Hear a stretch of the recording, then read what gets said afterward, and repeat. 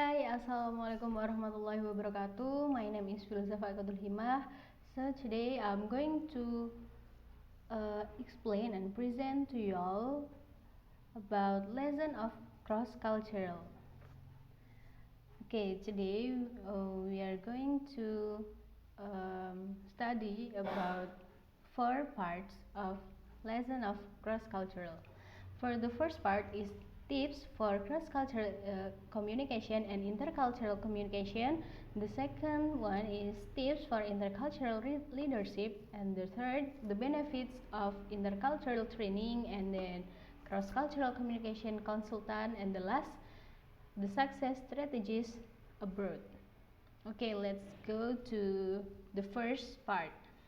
The first part is tips for cross-cultural communication and intercultural communication. Okay, start with the first point is tips for cross-cultural communication. Okay, there are some simple tips to help you improve your cross-cultural communication skills. The first one is slow down. Okay, even when English is the common language in a cross-cultural situation, doesn't mean you should speak at normal speed. So slow down and speak clearly, and then ensure your pronunciation is intelligible. Okay, the second one is avoid negative questions. Okay, many cross-cultural communication misunderstandings have been caused by the use of negative questions and answers. Okay, in English, we answer yes if the answer is affirmative and no if it's negative. In other cultures, a yes or no may only be indicating whether the questioner is right or wrong. Okay, for example, the response to "Are you not coming?" may be yes, meaning yes, I am not coming. Okay, the third tips is take turns. Cross-cultural communication is enhanced through taking turns to talk, making a point, and then listening to the response. The last tips for cross-cultural communication is write it down. If you are unsure whether something has been understood, write it down and then check. It can be useful when using large, for example, numbers of 0 in a billion. Okay, so next, the second point is tips in intercultural communication. The first tips is be patient. Okay. Patience with yourself and others helps move beyond such issues and address how to avoid similar incidents in the future. The second tips for intercultural communication is respect. Okay, the foundation of all intercultural communication is respect. By demonstration respect, you earn respect and help create more open and fruitful relationships. The last is self-reflect. A good intercultural communicator not only looks over words but also inwards. Take time to reflect on your own communication, management, or motivation style and see where you can improve as an individual.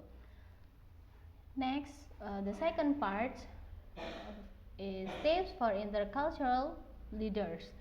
There are some quick tips how to improve intercultural leadership qualities. The first one is learn about the cultures of people that you work and interact with. Okay, start from scratch and forget your assumptions and stereotypes. The second is get a book about intercultural communication and learn about the subject from an academic level. The third, take some formal training from intercultural experts.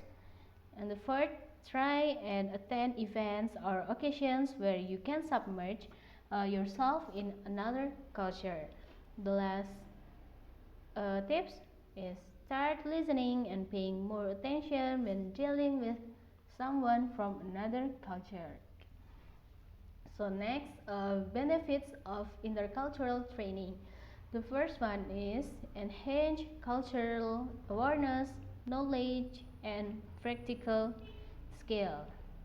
The second is identify options for culture appropriate behavior, and the third, develop curiosity about and knowledge of the other cultures.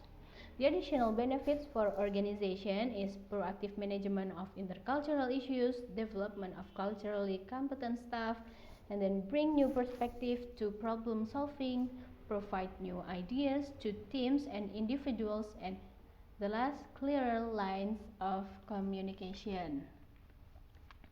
The next part is strategies for success abroad. Okay, the ability to solve this problem using the experience they have encountered when they were in different countries has now been deployed of this consultant, because this emerging needs tackle the cross-cultural problem areas where assistance is needed can range from relocation briefings to merger or corporate management techniques.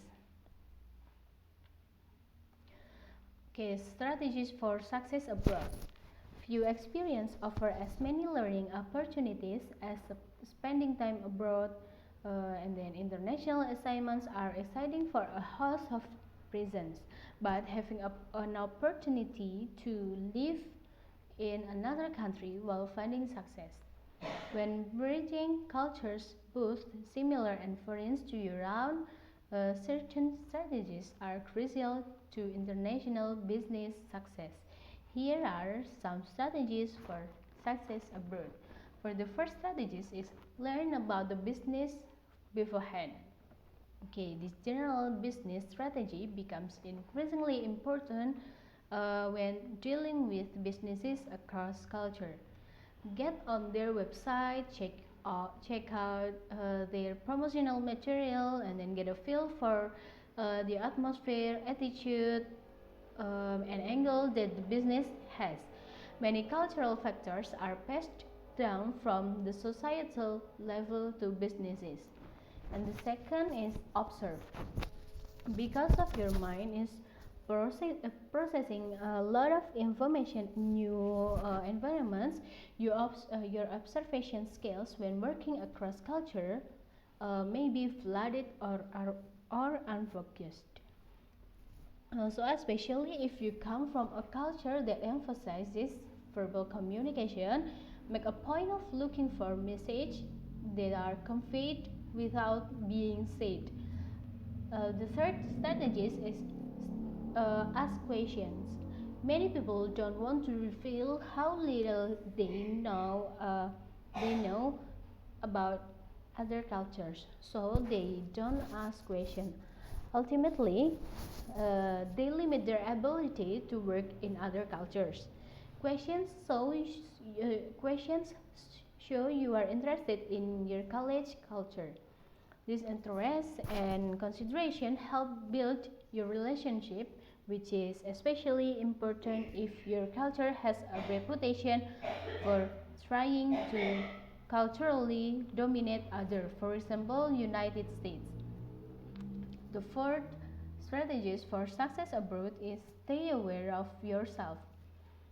Some people feel like they have somewhat of an out-of-body experience when in cross-cultural situation, because they are focused on everything new aside of themselves. So there can be so much going on around you that you forget to focus on yourself as well. Okay, the next strategies is allow for more time. Working across cultures take more time, and communication may be slowed and logistics may be diverted.